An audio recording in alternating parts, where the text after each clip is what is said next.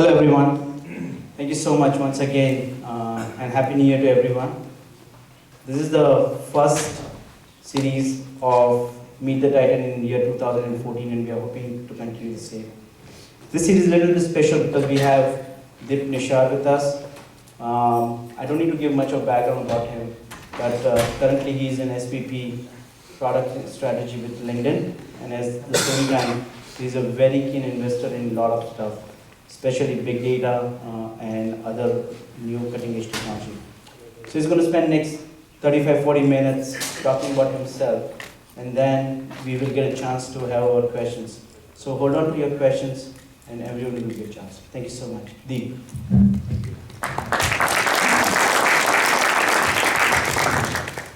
Thank you. It's a good starting to the new year. As I was coming on 237 and all the traffic, I figured half the people may just drop off and decide North 1st Street exit was a better exit to go back home as opposed to come all the way here. But it's great to see everyone here today. Let's start by getting some. We've had a long day, probably the first week back in the office for many people. It must have been very busy. Let's get some energy out. I want everyone to just stand up.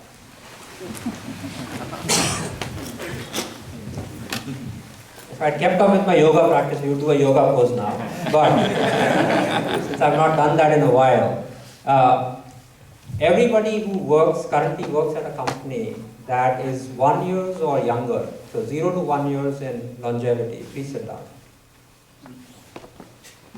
Okay. Only a couple of people in startups. You have my condolences and fortitude. Very courageous people, that's good. 1 to 5 years.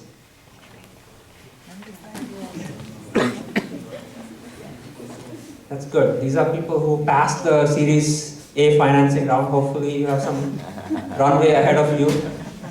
5 to 10 years.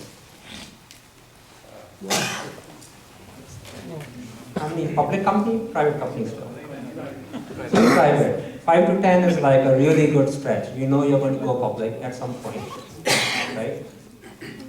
Or have a great exit. So 10 to 20 years.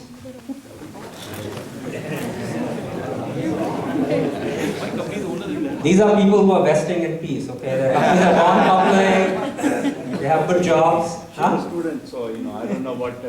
must have done some internship somewhere, right? Yeah, it's all part of it, Being a student is a full-time job. If you go to Harvard, you're 400 years old. So this is 20 plus, all of this, is that right? 10 to 20. 10, I said 10 to 20, that's right. How many 20 plus? No, just the rest sit down, only 20 plus keep standing. Wow. That's quite a bit. So you can all sit down now. We find that roughly about 10 to 15% of the crowd is 20 plus year old company, and you are, this is unique, and here's why. If you work for a technology company, which I'm assuming the vast majority of the people here do, as represented by NASDAQ, only 5% of companies on the NASDAQ listed today existed 20 years ago.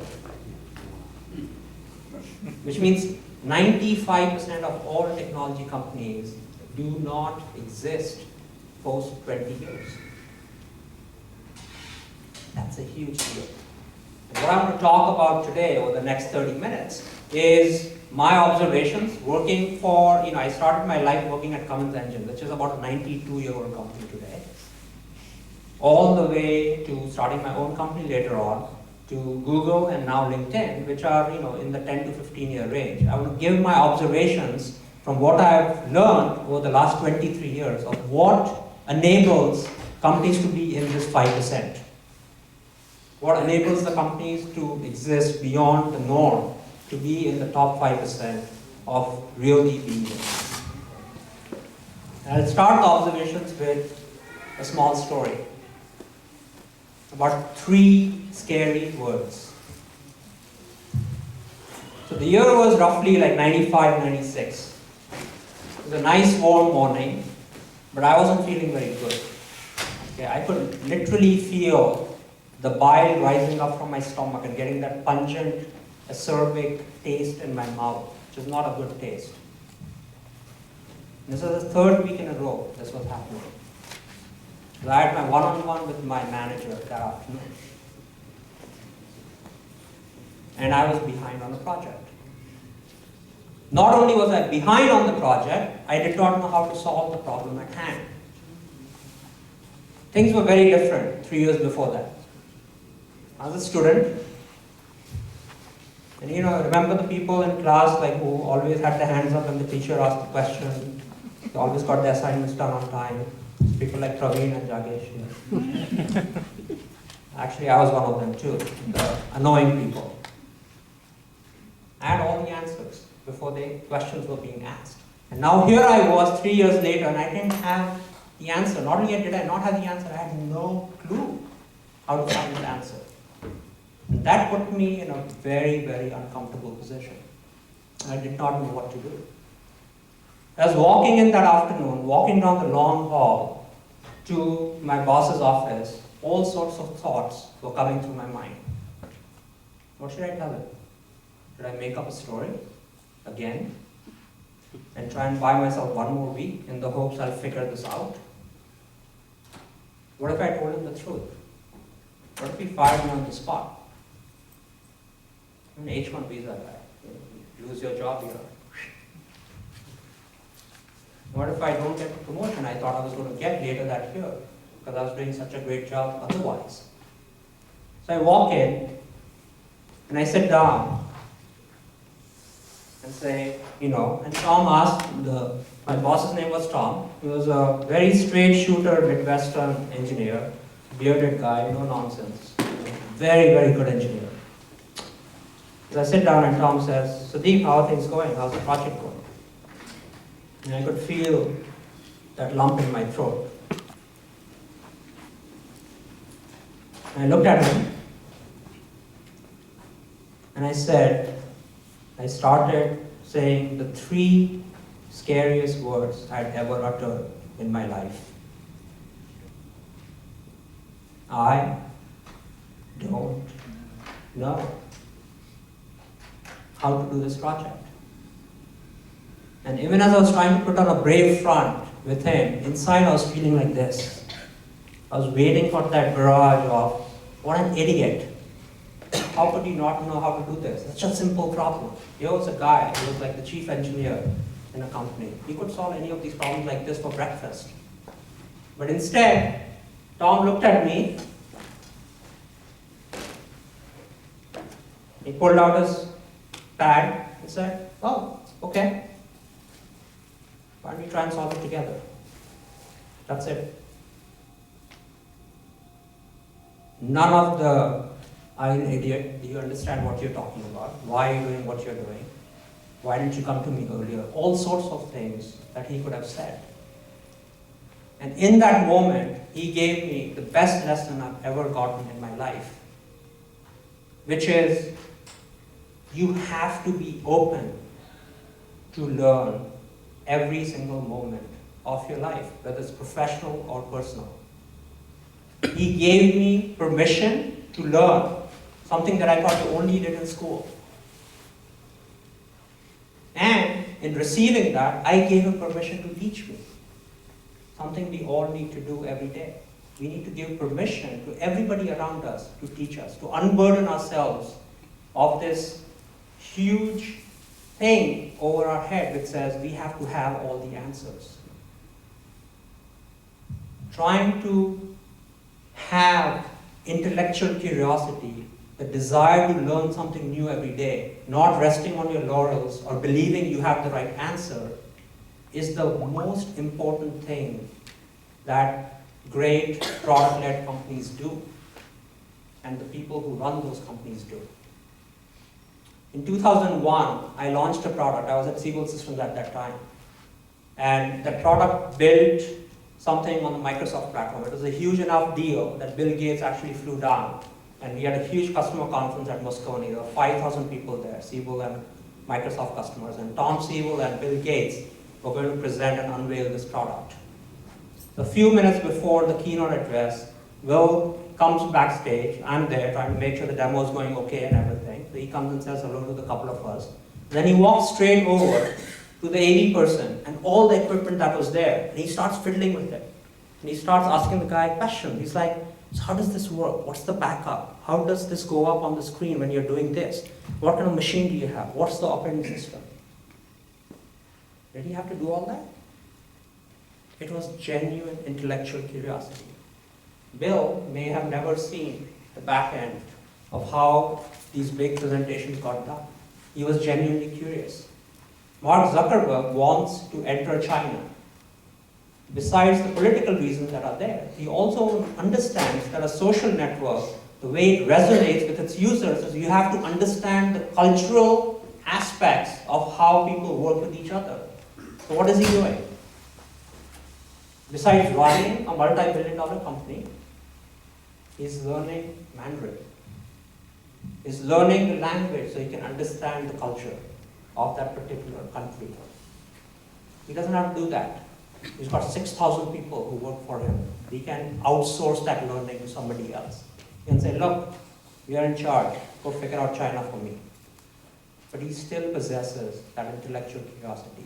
And it's that desire to always continue to do better for yourself and for your company. That's what makes the difference in terms of where companies go. The desire to keep learning brings me to the second observation, which you also find in great product-led companies, which is the ability to walk in the user's shoes. Is the ability to really understand what is it that your products are used for, why do the users buy them, and what do they do with them.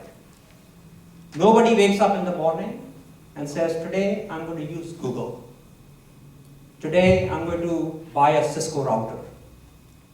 They don't say that. They say, today I got to make a living. The way I make a living is I build data centers. And the way I build the best possible data centers is I buy Cisco gear, maybe. The person who builds Cisco gear feels that's the most important job in their life. But for their customer, they could care less. They could be buying Juniper. They could be buying something else that's coming out the next day. So the company that survives and thrives is the one that really understands what goes on with the user's lives. In the summer of 1996, I would wake up at 6:30 in the morning every Saturday. I'd get all dressed, and by 8, I would show up at work. Not because I upset my wife and she had put me in the doghouse, but because at 8 in the morning, a truck driver would show up, and we would take from a local grocery distribution center.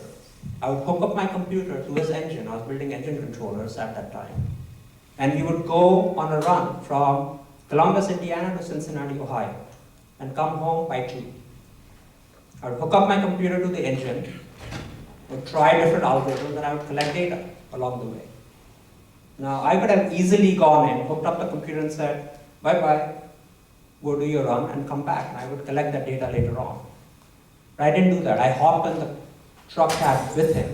Because I wanted to feel, with different algorithms, I was building cruise controllers. What would happen? How did the engine respond? What happened when he took that engine, and these are the big 18-wheeler trucks. You double clutch, there are 12 gears. It's very hard to maneuver those things. I wanted to know how it felt with the different algorithms that I built. What would happen if I tweaked this one variable? What happened when he was on the open highway versus when he was going on an off-ramp and going around country roads? You learn interesting things about their lives. You learn the fact that it's one of the worst possible jobs anyone can have, to be a truck driver. You learn that when we cut them on the highway, because they are going too slow for us, and we speed up next to them and then get in front of them and then slow down, that's the worst possible thing we can do from a safety perspective. Because it takes a truck 6 times as much distance as a car to come to a full stop. And by doing this, we are effectively putting a road hazard in front of them. You learn the fact that these are people who live from hand to mouth because they are working non-stop and they have really bad family life because 3 days before Christmas, they may get a load. They live in the East Coast and they have to deliver something on the West Coast. And they have to take that job because if they don't, somebody else will. That's why it is the highest churn job ever. If you ever open up the classified section of any newspaper anywhere in the country, the most help wanted ads are for truck drivers. But as we were doing this, I learned some other things too. I learned the fact that there are these things called gravel runoffs. Does anyone know what those are? Yeah. If you go from here to LA on Tijon Pass, as you're going down, you see all this gravel runoffs on the side. Well, they are there because when you have a fully loaded truck, that thing has a lot of momentum going downhill. And you can't use your brakes all the way, because if you do that, you run out of your brakes. Once you do that, you have a runaway truck. So the runoffs are available so that you can take the truck there if you feel you're losing your brakes. And the gravel acts as friction. It acts as your brakes. So you go there, your brakes cool down, you get your braking power back, and you go back down. And as we are doing this throughout the whole summer, about 4 to 5 months, something clicked in my head. I said, okay, so a normal truck only gives you 5 to 6 miles per gallon on diesel. It uses a lot of power to do a variety of things, including, they have 2 types of brakes. They have regular brakes and they have air compressor brakes, which are special brakes. The air compressor uses diesel power to get charged up so that you can give that braking power. Also, a normal truck has ups and downs, so there are lots of places where they don't have to use diesel power, they can use momentum. What if, instead of charging the air compressor with diesel power, you can charge it with motive power? When it's going down, charge it, it's free energy, and you get extra braking. So I designed something at that time which got a bunch of patents, and 20 years later it's still being used in many of those engines. Which brings me to the third observation, which is innovation is not instant. Which feels very ironic and very paradoxical, isn't it? Because the whole definition of innovation is it didn't exist yesterday and then it showed up today. On January 9, 2007, something very interesting happened in the valley. Kalpesh knows what that was. 2007? Yes, January 9th, about 7 years ago. Come on, you're the biggest fanboy. This was unveiled. iPhone. This was unveiled to the world, okay? Isn't this a living, well, not living, but inanimate object example of the biggest innovation we've witnessed in recent history? Yes. It was, right? And it came out of nowhere. So what am I talking about? When you think of the iPhone, what are the things that you feel are most innovative? Like, what are the features people think of? Multi-touch. Touchscreen. Multi-touch, what else? Usability. Usability, It's a one killing feature yeah. that stands the product, different from others, which is the browser and the usability. The browser and the usability. App Store. App Store. Mobility, so you can do whatever whenever you want. Okay? Camera, all in one. Camera all in one. So it's got more things, right? All those things together made it a hugely innovative product. But think of touch. Let's just deconstruct the iPhone for a second. Think of touch. Anyone here use the Palm Pilot? Yeah. What did it have? What was the thing that you liked about it? Stylus. Yeah, stylus and touch. Touch worked. The Apple Newton had touch, it didn't work. That's a different story. The Palm Pilot had touch. You talk about beauty and usability. Remember the Motorola Razr? The first beautiful phone out there. It took this from a utility device and made it into a piece of jewelry almost. Right? Women wanted their pink razors and the gold razors. iPhone gold color was invented long ago. Email, whatever, whenever you want to do. BlackBerry, of course. You can deconstruct the vast majority of features we love about this phone, and you can find it somewhere else. The genius of Steve Jobs was that he could look at all of this stuff and synthesize it together in one package and give it to us in a meaningful package. And that's what innovation was. So innovation always feels like a step change. But really what it is, it's a continuous movement from one level to another. But it happens at disparate points in time. And because it happens like this, we don't see it. And what we see is the final product which shows up here. The biggest mistake companies make is they go looking for silver bullets. But what you have to remember is that every silver bullet is made of multiple lead bullets. Innovation is not instant. It's a continuous step change, which is in itself a paradoxical statement to make. But winning companies understand that. And they don't go after that unicorn. They don't go after that one silver bullet that will solve all their problems. Instead, they have a variety of means of getting to that innovation point. Steve Jobs also gave us something else. So he put a sharper edge on something that you find in winning products, which is the pursuit of perfection. How many people here had the first iPhone besides Kalpesh? He has them all. Do you remember when you first brought that box home? No. You may have gotten lucky. You got it online, you paid someone extra money on eBay, or you stayed over. Did anyone here stand overnight? Just all to get it? Yeah, besides Kalpesh. You brought it home. So like the most anticipated thing. It was launched in January, and I was there at Moscone when Steve Jobs launched it, along with lots and lots of other people. You went downstairs after he had launched the device. You went down to the basement. That's where they had it.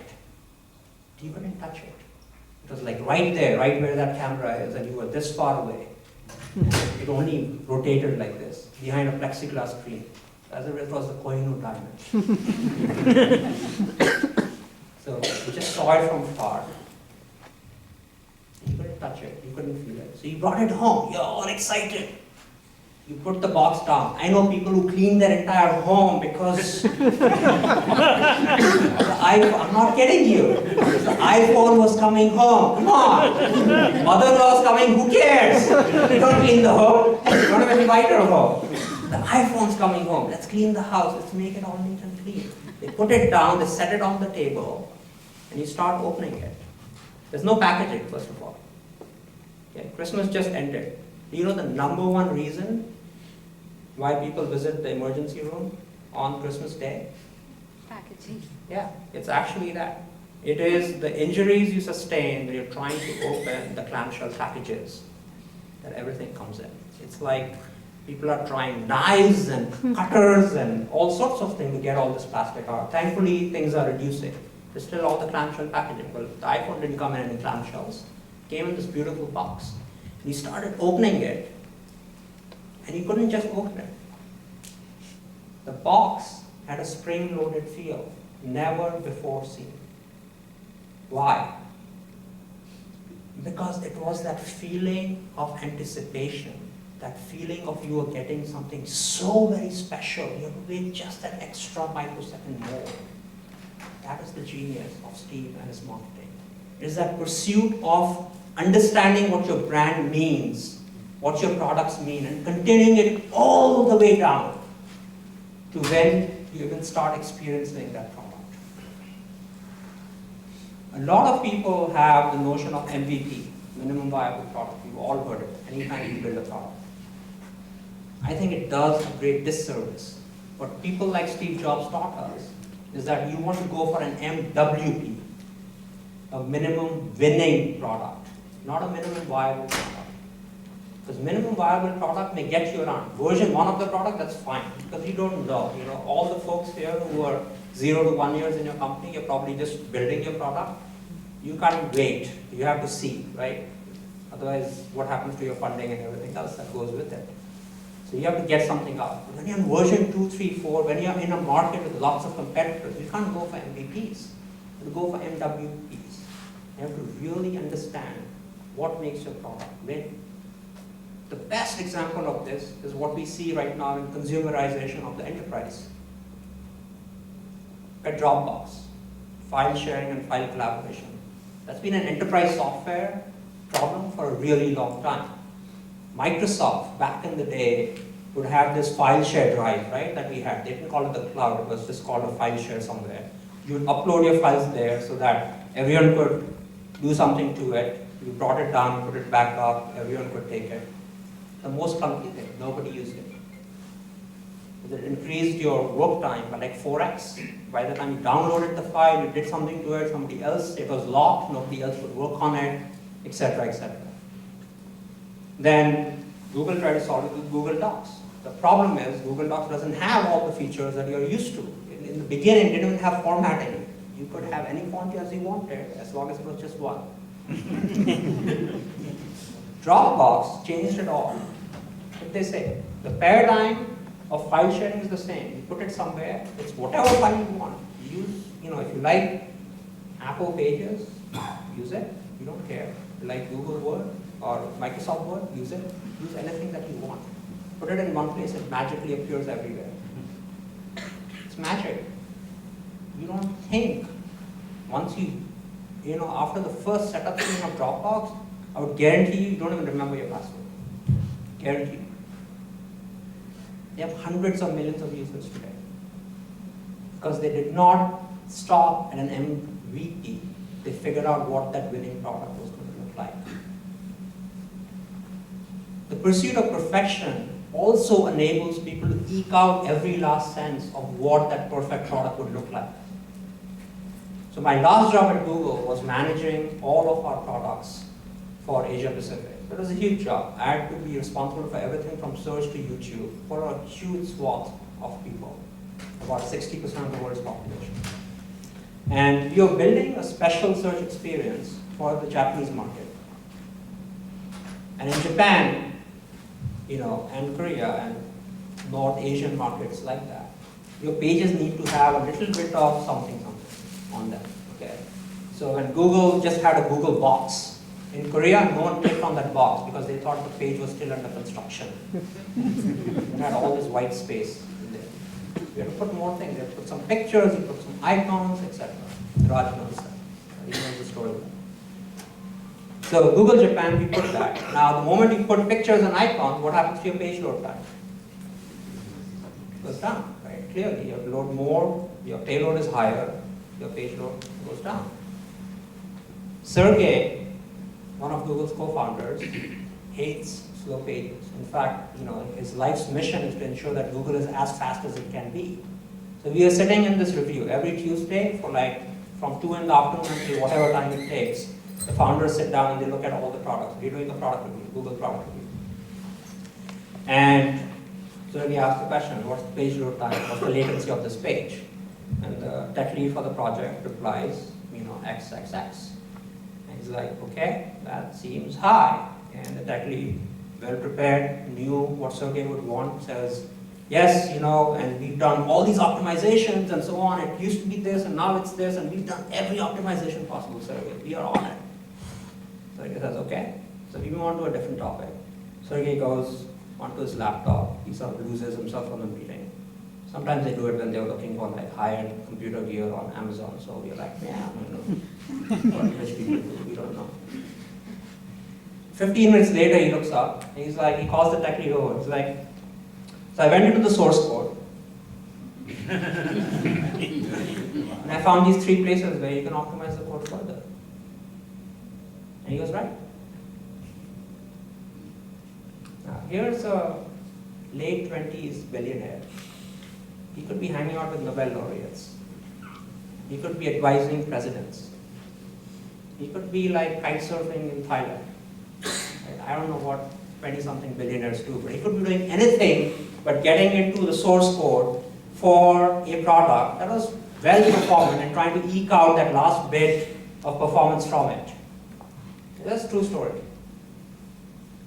But that tells you what that pursuit of perfection means. It doesn't mean do it when it's convenient, do it when the surf is not up and you're not kite surfing in Thailand.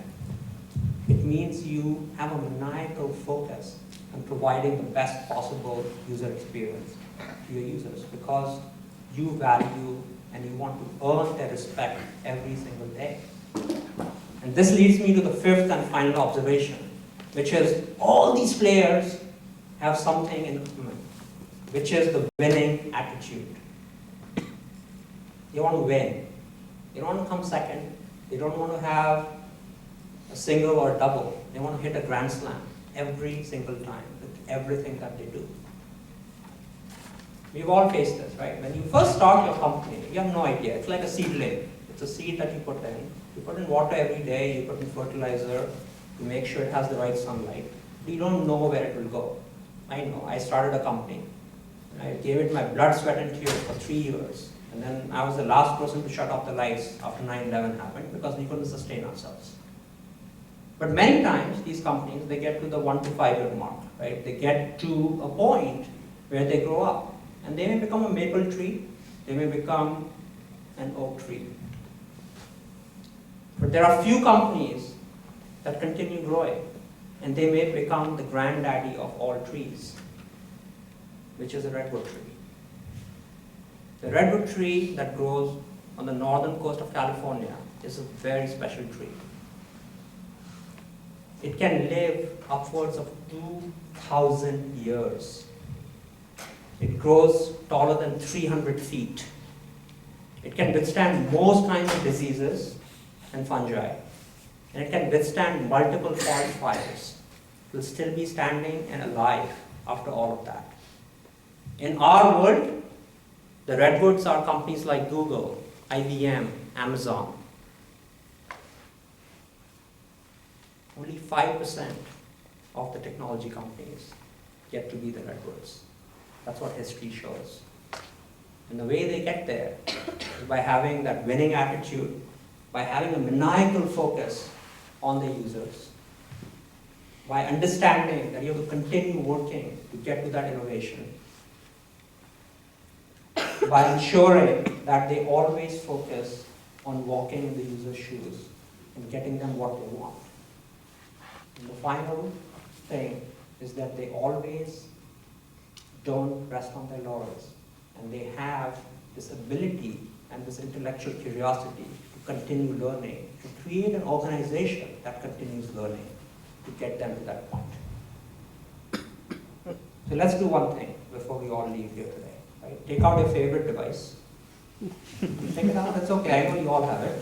Even you go to college, you still have it, I know. Take it out, don't be shy. Do you need yours in the car? You don't have one, all right. I should have brought some post-it notes. But for you, you don't have one either? It's okay, man, don't be shy. An Android device is perfectly fine. Okay, everyone has it up? Okay. Write a text to yourself. Write down the one thing that you don't know. It could be anything. It could be in your personal life. It could be something you're interested in knowing about. It could be about digital photography. It could be about a destination you were. It could be like, there was a headline this past weekend that said that the coldest point in Canada was colder than Mars. It really was. There was a headline. I don't know how cold Mars is. Maybe I can write that down. Okay, it can be anything. It could be an important problem you're trying to solve at work. People doing it? You can touch type, and you look at me, you're typing down here, that's great. It's like my daughter. She's looking at me and she's like typing all these words. And then right next to what you don't know, write down the name of the person that can help you figure out the answer to that question.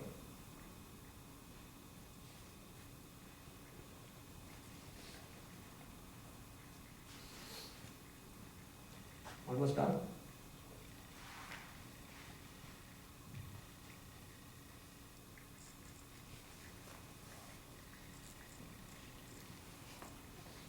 Don't answer emails, they can wait. Okay, looks like we're almost done. So now, if and only if you're willing to do something about the thing you don't know, so you're committing to yourself and to everybody else around you, but most importantly yourself, and you will, tomorrow, if that person is in your neighborhood, in your vicinity, you're going to go up to them, and you're going to ask for their help, then stand up. It's okay if you don't want to stand up and you don't make a commitment, that's okay.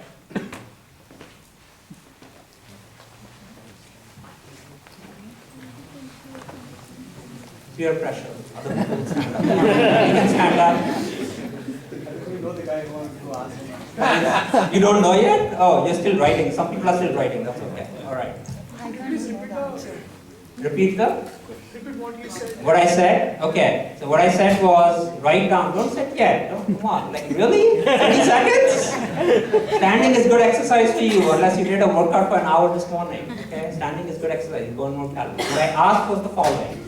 Write down the one thing you don't know, but you would like to know, and the name of the person who can help you find that information. That's all. That's all it is. Okay? And if you're willing and making a commitment to yourself, that tomorrow or the next available opportunity, you're going to find the answer to that question.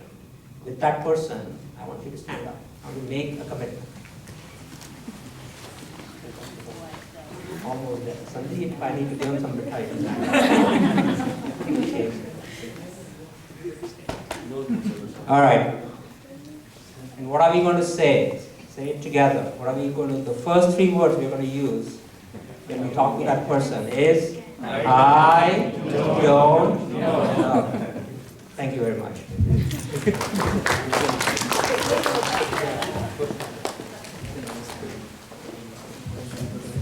Okay. Time for questions, I think. Thanks, Dave. So, it will be much easier if people who have a question can walk down to the aisle. We have a mic here, and just ask the question, and Dave will be more than happy to answer the question. You'll have to walk to the mic.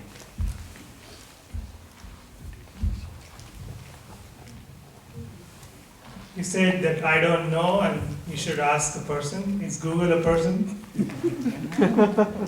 Well, Siri is a person. You can start with Siri maybe.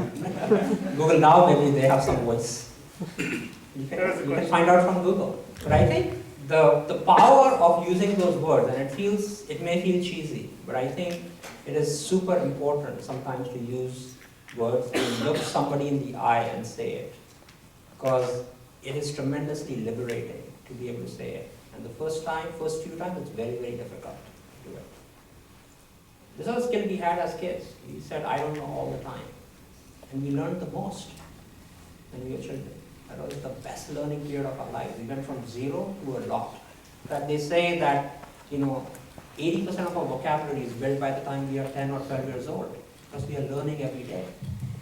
But after that, we just stop. For some reason, there's some switch that goes on in our heads. It says, I know everything I need to know. Next 70 years of my life, I'm going to coast. No problem. Yes, sir.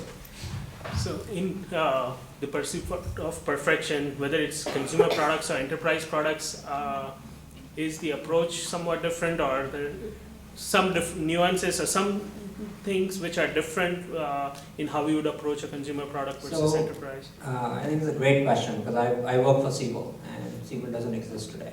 And if you look at any enterprise product, Siebel, Oracle, SAP, Workday, the newfangled stuff, does anyone look at their experience and say, oh my God, they killed it? Yeah? Do you think they have a great experience? Oh no, I was thinking the opposite. The opposite. That's usually what people think. Why does it have to be that way? The reason it happens, at least I know at Siebel it used to be that way, because you never sold to the users. Hey, as long as the VP of sales buys my product, like who cares? It also meant that 60% of Siebel licenses were never deployed. They were bought, they sat on a shelf somewhere. We started using them. So even then they had 60% license undeployed, they still have more maintenance paying customers compared to Oracle. That's the reason. Oh, probably. But what happens is your maintenance revenue doesn't last forever. That's when you sell your company. It happens to PeopleSoft, happen to Siebel, it'll happen to every other company. That just depends on maintenance revenue. That's like saying that I'll give you the car for free and come back to me for maintenance forever, right? Ends at a certain point. Because somebody else will come into the market. They'll make it better. Salesforce came in, they actually have a better user experience, not the best. So I believe that you can bring the same ethos and the same design thinking and the same user orientation no matter what you build.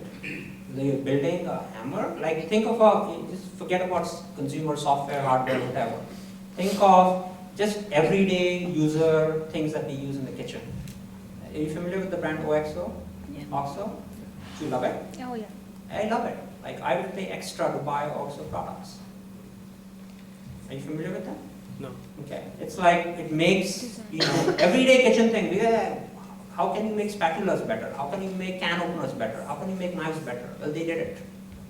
And they did it in a way, they started with accessibility. They decided that the market they would go after were older people who have arthritis in their hands. And so they have difficulty holding like these hard handles that usually come with most kitchen utensils. So they said, we'll create something with a better grip, softer grip, better rubber.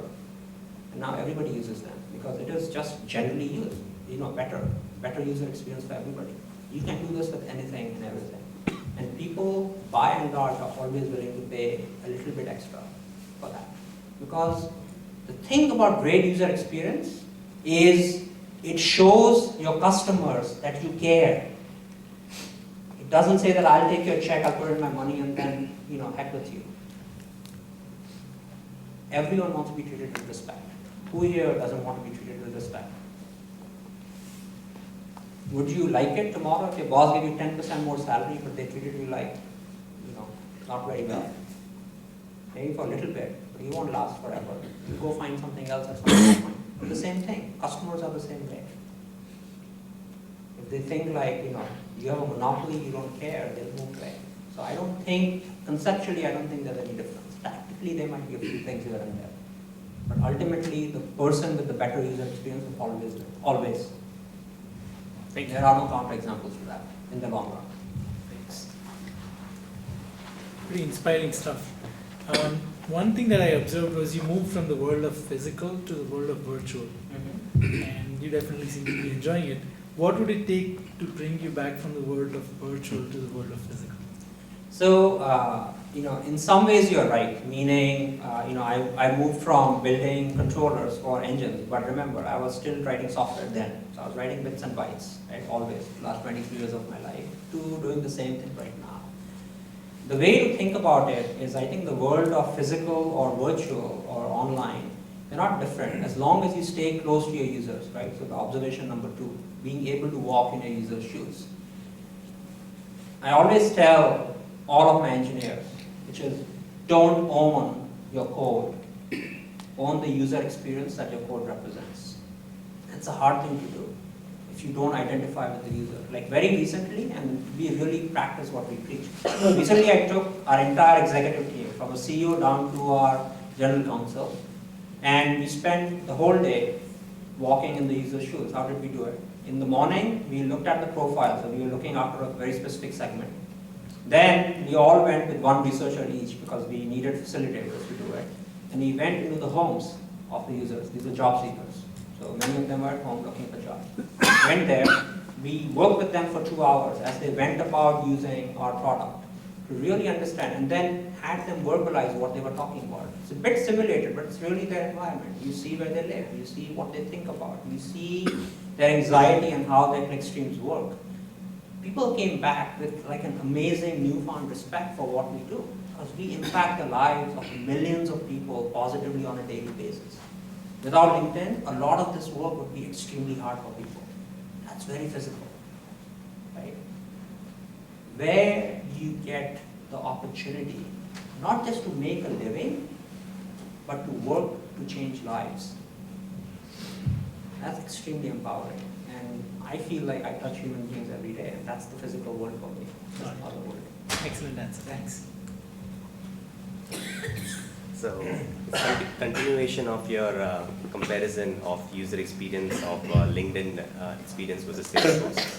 So, in my opinion, the LinkedIn app is simply awesome, and I think it's the best app that I've ever used. Even though I work at Salesforce, even our app is good, but I feel there is something, a slight edge in LinkedIn app. So I wanted to know that what are the main key things that the leadership looks for while designing the user experience or the whole app experience? Yeah. Thank you for the commendation. I think the team does a fantastic job, and we are very blessed with like a great team that works on our mobile and all of our products really. I think one of the things that really made a difference in the LinkedIn mobile app was the team took the following to heart. When they started working on it from scratch, I said, you have no boundaries. In fact, I want you to design LinkedIn for the mobile to be the LinkedIn you always wished you had. That's a big step. And here's why. When you already have a product and you have users and you have customers, your first instinct is you cannot upset them ever. You have to continue giving them that same experience in every other modality that you're creating. And by saying you don't have that constraint, in fact, make it the way you believe LinkedIn should have been, completely frees them from the shackles of these artificial boundaries and artificial parameters. So they went and built something that was so amazing that, within the first month, it was being featured on the Apple App Store. The first year that our app, the version 1 of the app came out, it became the top 3 apps in the world as determined by Mobile World Congress. The result of that, it's just that. So I think you start with that, and then you start, and then you understand the context of what mobile is, and you have to really understand, mobile sessions are so different. What do people try to do when they are on mobile is very different than what they do on the desktop.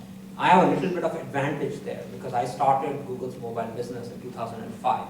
I did the acquisition that eventually became Android. I worked with the iPhone long before it became available to the public. So, I had that collective knowledge of having worked on these things over many, many years, but that played some part in it, and the other part is really the team working on it. That's a really helpful answer, but I was looking for what is the litmus test you keep? I'm sure there will be 1,000 ideas, features that everybody wants, all the engineers at the top of the mind. But out of those 1,000 ideas, what kind of questions you ask for litmus test to select only those 4 features that you want to focus on and deliver as a user experience? That's the magic of product management, and magicians never tell this. It's a much longer answer, and there really is no. That's where the confluence of art and science comes together. I always tell people that a great product manager has the brain of an engineer. That's where the science comes in. Has the heart of a designer. That's where the art comes in. And has the speech of the diplomat, because you then inspire everyone behind the vision that you have. And sometimes that vision can be wrong. Okay, Steve Jobs came up with the Lisa. That was the wrong vision for that time. He also came up with the Apple TV and the time capsule and a whole host of things that we don't hear or talk about. Those things didn't work out. We talked about the iPod and the iPad and the iPhone. Those worked out spectacularly. So you have them both. Got it. Okay, cool. Thanks. All right. All right. Thanks for your observations that help big time. So my question is, when you're selecting a product as a consumer, right? You have feature functionality of the product, performance, usability, and all that you can consider and pick one that you like most. How about when you select service or the vendor providing the service? What would be your selection criteria? You're asking me as a user, or you're asking Yes, me as if you're on the other side. consumer in a company? No, you are user. You are going to engage a vendor. Mm-hmm. What would be your selection criteria? So I think it can be very personal for a variety of people. If you have infinite time on your hands, you may do a lot of searching and find the person who is cheapest and has the best ratio of inexpensiveness to the quality of the service that they provide. So everyone has some equation. If you have very little time, you want to go with the best possible person who can come in right now and fix that problem for you, right? If it's urgent, or if you have a narrow window, you can only have them come into your house on Saturday mornings. Well, then you got to find the people who work on Saturdays for you.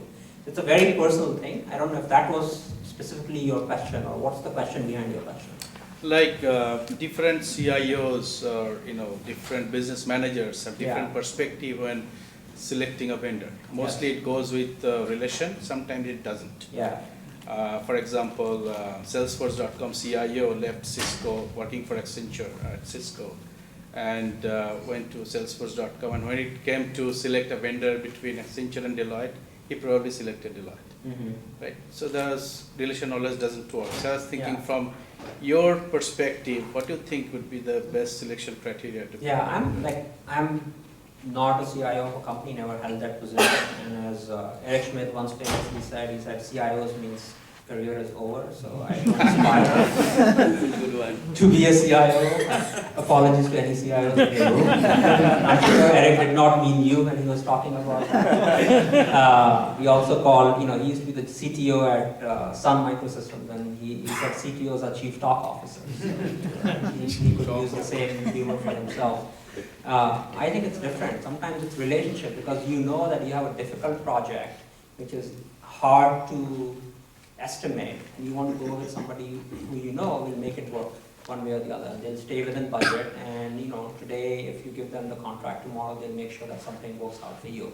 So in some ways that's a relationship business. Sometimes you have very tight specs and you have budget constraints and you can't go with the most expensive vendor, you go to somebody else. There's a whole host of things. There used to be the saying that you never got fired for using IBM. Because all projects at that time, big ERP project, this was 20 years ago, generally would go over budget and take a lot longer. And if you used anybody but IBM, people would be like, you're an idiot. Why would you use anybody but IBM? You're fired. Yeah, you made the wrong decision. The only way you would not get fired is you use IBM. You're like, look, they're the best in the business, everybody uses them, and even they were delayed. So it must be that our project was, it was very difficult. We understood something else around this time. It's called protecting your job. It's a job protection program. It was IBM. All right, thank you. Yeah, Deep, just one thing. Yeah. So we've got quite a few people, so if you can restrict your question to one, that would be really good, because we've got about 4 or 5 people. Thank you. I only have one question, but your answer can be multiple parts.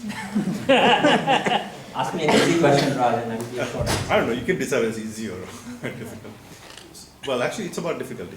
What has been your most difficult decision so far? And what insights did you get from that? So the most difficult decision was deciding that I did not want to continue down the path of running my company. My investors were ready to give me additional funding, and I decided to shut down the company after 9/11. And I think anyone here in the room, I know there are several founders of companies here, it's like your child. It's your, I have 2 children, that was my 3rd child. And it's very difficult to give up your 3rd child, especially when there are others willing to support it. And I had to make the call to say, 9/11 just happened, some of our largest customers were like, we have no idea what's going to happen in the world. Should I be holding on to this dream of mine, or should I be letting people lose? And also giving, the capital back to the investors when they had it. And I struggled through that a lot. And at that time, I spent a bunch of time talking, he's no longer in this world. Rajiv Motwani was one of my mentors and my earliest investors in the company. I spent a lot of time talking to him about it, talking through that. I'll never know whether it was the right decision or the wrong decision, because you cannot A/B test these things, unfortunately, in life. I did end up at Google a 1.5 years later, so from that perspective, I learned something new in a very different business, and that would not have happened had I continued working on my own company. But I would have had a different kind of success with the company had it continued on. Hi, I'm Upendra. Actually, I have 3 questions, but I'll restrict to 1 question, as Sunil said. So basically, I wanted to get your opinion or view on what are the industries you think are yet to be disrupted, and we are not scratched the surface, and primarily, is there any advice for the aspiring entrepreneurs? These are the area I think we are not given enough thought, and you think maybe those are the companies 20 years from now will become $1 billion companies. Yeah. So, it's, as Sunil said, I do some investing, but I also espouse the Warren Buffett style of investing, because I only invest in things I fully understand. So I'll give you 3 categories that I think are being disrupted as we speak, or are ripe for disruption. 2 out of the 3 I know very little about, so take it for what it's worth. Sure. Invest at your own cost, and please do not write to me later to say it did not work. If it worked, take me out to dinner, or better yet, make a big donation to JCNC. The first one, where I do a bunch of investing, is the enterprise stack. Okay, enterprises go through, and I have a slightly unique perspective, because I spent the first 10 to 12 years of my life building enterprise software, and the last 11 doing consumer software. So I can see sort of what happens. And enterprises right now are going through, they have a 10 to 15 year cycle where the entire stack gets changed, the entire technology is different. So what happened with cloud is you don't have to have on-premise stuff anymore, but that was the first thing, and Salesforce has really taken a lot of advantage of that, as have Workday and NetSuite and Sugar CRM and a few other players. But now as you go up that stack, like, that's the application layer, go below, go below, go below, go below, and a lot of things are changing. Hadoop's changing the way, AWS is changing the way people do databases, and people do big data solutions. So I have a couple of investments in that space. You go to tools that people have to use to apply that.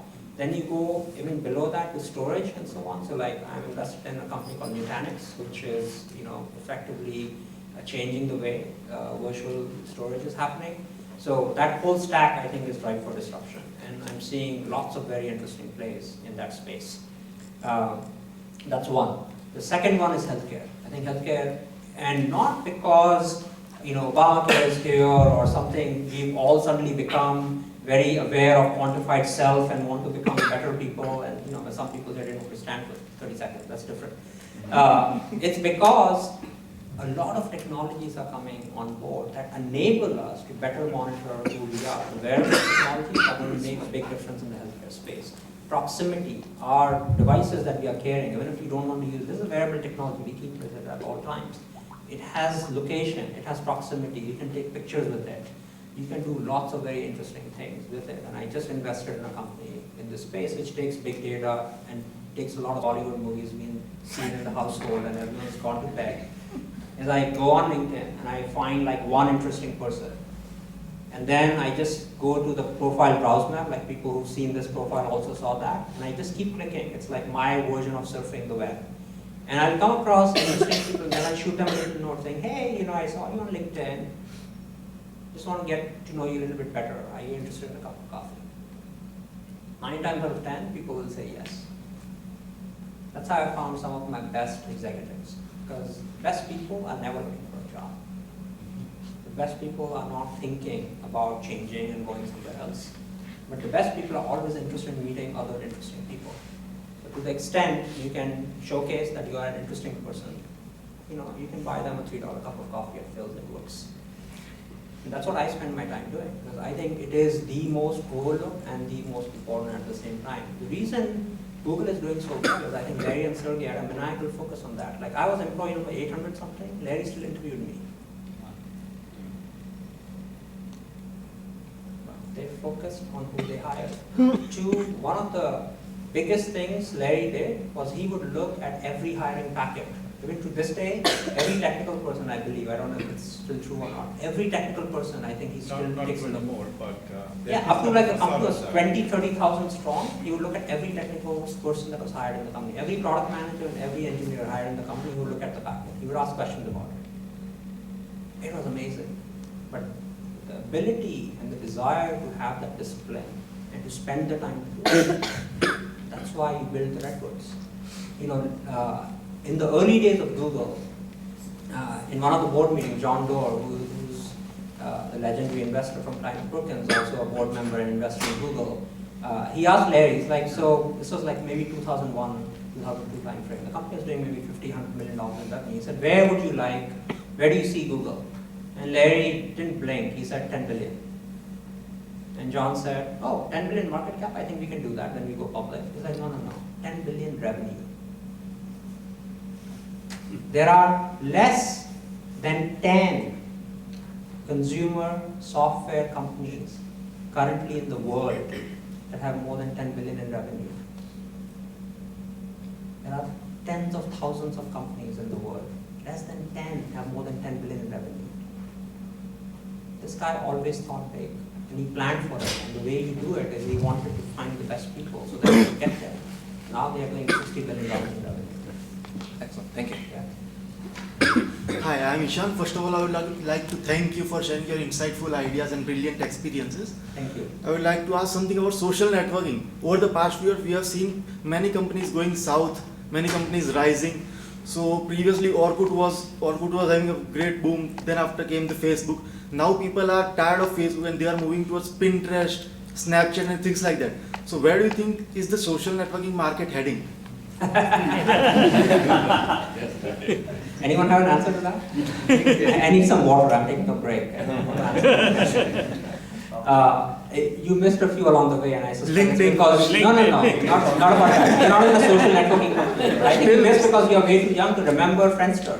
You remember that? So the chronology was actually Friendster in the US. Okay, Friendster, MySpace, Orchid simultaneously, then Facebook, and then the whole host of other companies. But even when Facebook was this little, in 2007. There was another company in the world that had 300 million users, another social network. MySpace. No. There was a company called QQ in China. It's still there.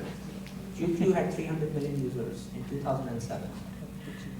15% of Japan's internet population in 2007 was using a social network every day, a social network called Mixi. Naver, which is a closed network based on real names, so it's almost like a social network in Korea, continues to dominate to this day, and it has been since mid-2000s. There's not a single Western company that has had more than 2 or 3% market share in Korea. Not Yahoo, not Google, not anybody else. So while we look at our little world here and say, what's going to be next? There's like 60% of the world's population somewhere else. 2 years ago, this company did not exist. Today, they have 600 million users. It's a company called WeChat. Okay, it's in Shenzhen in southern China. So there are all sorts of interesting things happening in the world. One thing, if my daughters would listen to me, which they are teenagers, they most likely won't. But anyone here who wants free advice is not just learn Mandarin, but go live in China for 2 to 4 years if your circumstances allow you to do that. It is at once the most vibrant, the most exhilarating, and the most dynamic place in the world. And if you're young, you should be worried because 30 years from now, you'll be working for one of them. You will, right? Just write it down somewhere. And so, if you can't beat them, you should join them. The way you join them is you learn what they're all about. That's why most of us came to the US, right, back in the day. Thank you.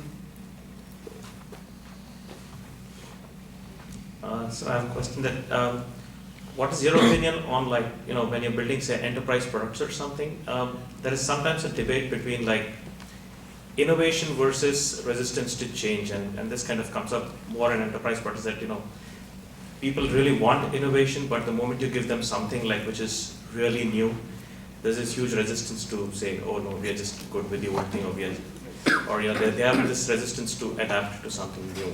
Yeah. What's your view on balancing that? First of all, I think the definition of innovation is very important. Innovation just doesn't mean something new. It means something that really meets the demands, both spoken and unspoken demands of the user. I think Salesforce actually has a very good product which people like Starbucks use. And what that product does is it solicits feedback from the customers and the users and says, put in whatever you want, and then people vote it up or down. So we have vast majority of people coming in saying, it would be great if my barista, I'm making this one up, barista knew the moment I walked in, or I could pay with my phone without taking it out because it adds, and then in the morning, when everyone has to pay with a credit card, it adds up the line, etc. And then every month, someone has to go in and tell exactly what is going to happen as a result of it. So you have to pick 25% of your feature delivery for that month has to be from what the customer wants. I think that's a great way to innovate and still stay within the boundaries of, oh, maybe I don't want it up. Because ultimately you want to listen to your users. Another company that 2 years ago did not exist in China and today does more than $1 billion in revenue. Actually does more than $2 billion in revenue in 2014. It's a phone company called Xiaomi. Yeah. Okay. Xiaomi, every week, every single engineer has to go to the customer service queue, find the tickets that have the most, most commonality, and they have to fix it. They have no choice. That's what Lejeune, the founder, has mandated. It's like, we build this for our user, not for our personal pleasure. We don't do this because we think this is cool. Thank you. Hello, good evening. So listening to you, it seems you have worked with mostly bigger 500, Fortune 500 companies. They became Fortune 500 later. You landed up when they were in Fortune 500. My question is, as a newcomer to the industry where you talk so much about innovation, with the systems, bigger companies have systems in place, innovation doesn't happen as much as in startups. How would a newcomer judge between? Yeah, again, I think the definition of innovation is very important. Innovation is not about chaos. Innovation is not about throwing a bunch of spaghetti on the wall and see what sticks. Innovation is not 50 people running in 50 different directions saying, woohoo, we did something new today. It's not the Wild West, necessarily. I would submit that Google today has more innovation than most other companies out there. Apple has more innovation. You know how many employees Apple has? It's a few 100,000 around the world. They have more innovation than anybody else. Innovation happens because of a variety of things, stuff that I talked about and then other things that I don't want to necessarily repeat. Innovation is a mindset. It's in the DNA of a company. It's got nothing to do with size. It has nothing to do with process. Many companies have chief innovation officers. The day they have it, you should short their stock. You really believe that innovation is the bailiwick of one person or a department in a company? Really? That's like saying the QA department figures out if our code is good or not. You should fire all the engineers when they say that. You have to. It is a collective job, right? Innovating everybody, right from the person who's your assistant at the reception desk all the way to the CEO. You have to constantly think about how you serve your users, how you serve your customers, why do you do what they do. So I don't think it's a process thing, I don't think it's a company size thing, I think it's a mindset thing. And the mindset comes from the founders.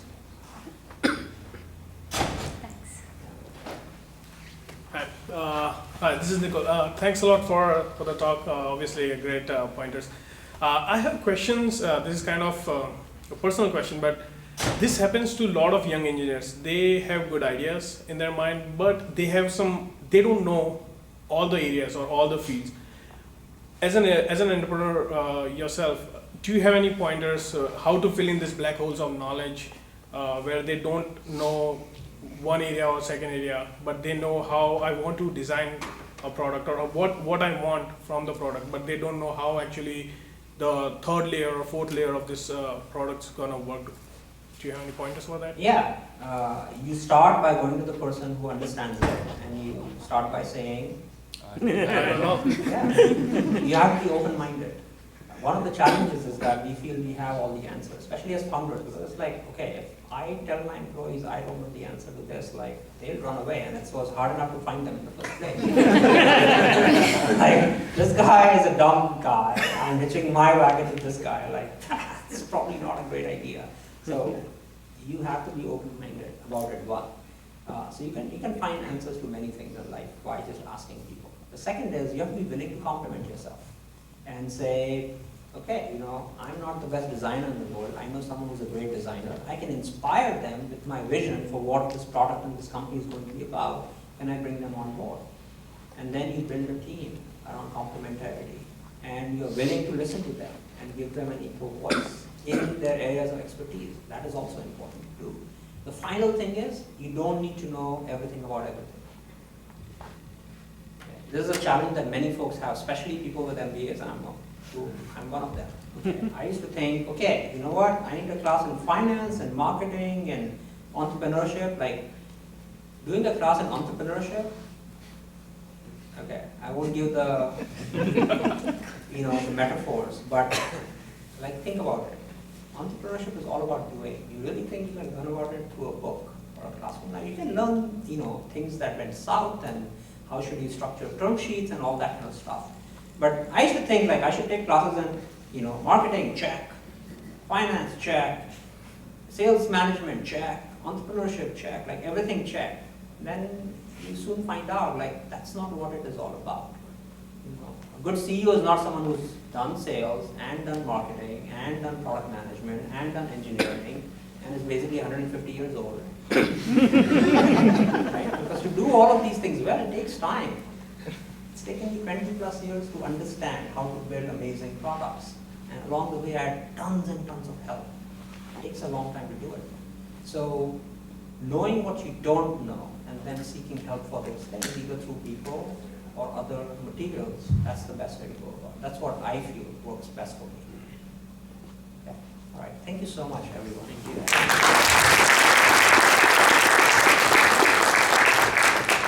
Thank you so much, Deep. On behalf of JCNC, we really appreciate appreciate you taking time. Thanks everyone. Stay tuned.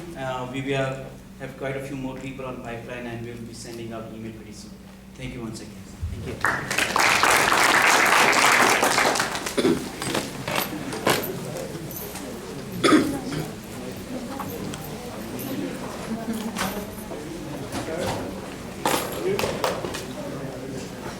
You know.